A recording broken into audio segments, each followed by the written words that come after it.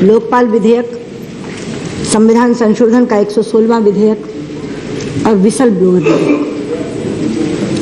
जिस उत्तेजना में, जिस मुद्रा से मंत्री जी ने ये बिल सदन में पेश किया, उससे लगता है सरकार बहुत नाराजगी में ये बिल लेकर आई है।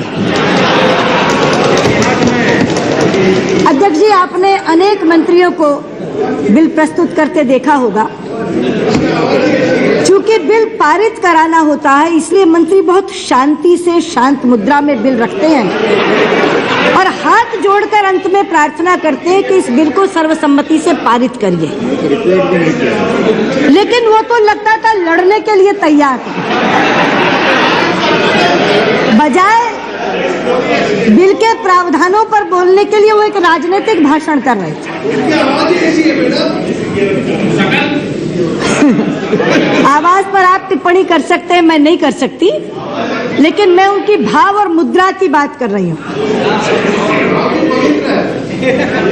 अध्यक्ष जी, पिछले 1 वर्ष से इस देश में लोकपाल की चर्चा हो रही है और अन्ना हजारे जी के जन आंदोलन ने इस चर्चा को और गर्मा दिया है। इसलिए देश बहुत उत्सुकता से ये प्रतीक्षा कर रहा था।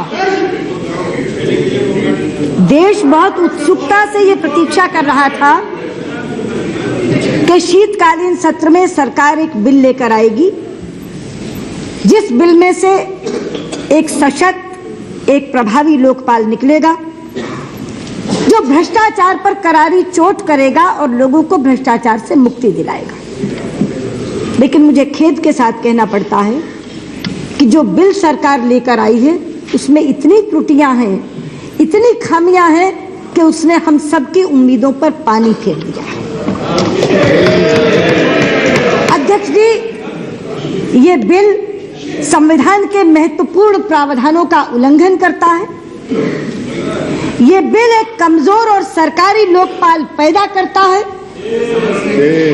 ये बिल अनेकानेक विकृतियों और विसंगतियों से भरा हुआ है और ये बिल इस सदन में बनी हुई सेंस ऑफ द हाउस की अनदेखी करता है।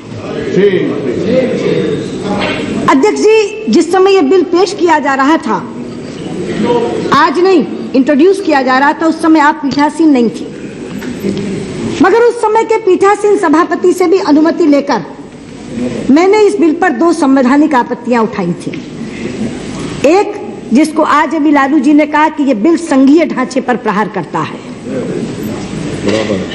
और दूसरा, ये बिल संविधान सम्मत आरक्षण का प्रावधान नहीं करता। पेश किए जाते समय आप बहुत लंबी बात नहीं कह सकते, बहुत संक्षिप्त टिप्पणी करनी होती है, इसलिए मैंने संक्षेप में अपनी बात कही थी। लेकिन आज मैं विस्तार से अपनी बात कहना चाहूंगी और इन चारों आरोपों को जो मैंने इस बिल पर लगाए हैं, तर्क और तथ्य के साथ इस सदन में पुष्ट करना चाहूंगी। अध्यक्ष जी, हमारे देश के संविधान के कुछ बुनियादी सिद्धांत हैं। बहुचर्चित केशवानंद भारती केस में सुप्रीम कोर्ट ने यह कहा कि भारतीय संविधान में किसी भी तरह का संशोधन संसद कर सकती है, पर बुनियादी सिद्धांतों के साथ छेड़छाड़ नहीं कर सकती। और वो basic features of the constitution जो उन्होंने लिखे, उसमें फेडरल स्ट्रक्चर, देश के संघीय ढांचे को भी एक बुनियादी सिद्धांत माना।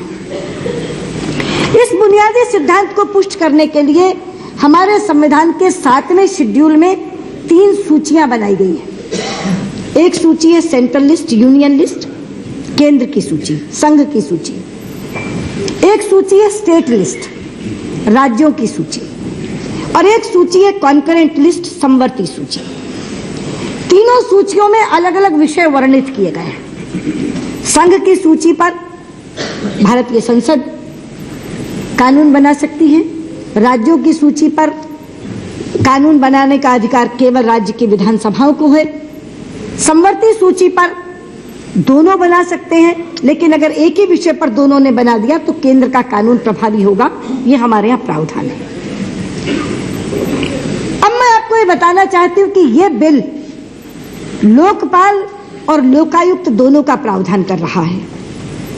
लोकपाल केंद्र सरकार के कर्मचारियों के भ्रष्टाचार को देखेगा और लोकायुक्त राज्य सरकारों के कर्मचारियों के भ्रष्टाचार को देखेगा। और ये राज्य सरकारों के कर्मचारी, ये हमारे यहाँ स्टेट लिस्ट का विषय है। ये मेरे पास संविधान है, संविधान की 7वीं सूची और उसकी दूसरी लिस्ट नंबर 2 स्टेट लिस्ट, उसकी एंट्री 41, प्रविष्टि 41, 7th schedule list 2 state list entry 41, state public services. यानी राज्य सरकार के कर्मचारियों के बारे में कोई भी कानून बनाने का अधिकार इस देश में राज्य की विधानसभाओं को दिया गया है। लेकिन इसी संविधान में 2 धाराएं ऐसी हैं जहां राज्यों के विषय पर भी केंद्र कानून बना सकता है, और वो 2 धाराएं हैं, एक है 252 और एक है 253। मैं वो दोनों के भी शीर्षक आपको पढ़ के सुनाती हूँ। 252 कहता है, power of parliament to legislate for 2 or more states by consent and adoption of such legislation by the other states। यानी 2 राज्य अगर सरकार से कहें कि आप अमुक विषय पर बिल बना दो, तो भारतीय संसद बना सकती है, और बाकी राज्यों के लिए एक इनेबलिंग प्रोविजन देती है कि अगर आप भी इस बिल को अपनाना चाहें तो आप अपना सकते हैं। दूसरा है 253, article 253, legislation for giving effect to international agreements, जिसका जिक्र अभी नारायण स्वामी कर रहे थे। अध्यक्ष जी, जिस समय इस सदन में चर्चा हो रही थी सेंस ऑफ द हाउस लेने के लिए, तो जो 3 विषय नेता सदन ने रखे थे उसमें एक विषय ये भी था कि क्या लोकपाल और लोकायुक्त एक साथ बनाया जा सकता है, एक एक्ट के अंतर्गत बनाया जा सकता है। उस समय भी मैंने यहां खड़े होकर कहा था कि बनाया जा सकता है, मगर रास्ता 252 का अख्तियार कर दे। ये मेरा भाषण है। अध्यक्षा जी, इसके बाद वे 3 प्रश्न आते हैं जो नेता सदन ने हमारे विचार के लिए अपने वक्तव्य में उठाए। एक विषय है, क्या एक ही एक्ट से लोकपाल और लोकायुक्त बन सकता है?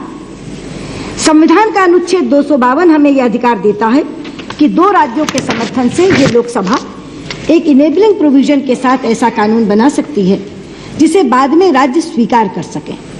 मैं कहना चाहती हूं कि अनुच्छेद 252 को हम देख लें। उसमें यह लिखा है, power of parliament to legislate for 2 or more states by consent and adoption of such legislation by any other state। इसके तहत हम एक ही बिल से लोकपाल और लोकायुक्त बना सकते हैं, 2 राज्यों के समर्थन से बना दें, बाकी राज्यों के लिए एक इनेबलिंग प्रोविजन बना दें जिससे राज्य सरकारें उसको अडॉप्ट कर सके, ताकि कोई राज्य सरकार ये ना कह सके कि हमारे पास कोई मॉडल बिल नहीं है। जब जब सरकार से अलग से भी बात हुई तो हमने ये कहा कि 252 का रास्ता अख्तियार कर लीजिए, एक बिल बना दीजिए, ताकि राज्य सरकारों की इच्छा होगी अगर वो उस बिल को लेना चाहेंगे तो जस का तस ले लेंगे, संशोधित रूप में लेना चाहेंगे तो संशोधित रूप में ले लेंगे, और नहीं लेना चाहेंगे तो नहीं लेंगे, लेकिन ये 252 का रास्ता अख्तियार कर लीजिए।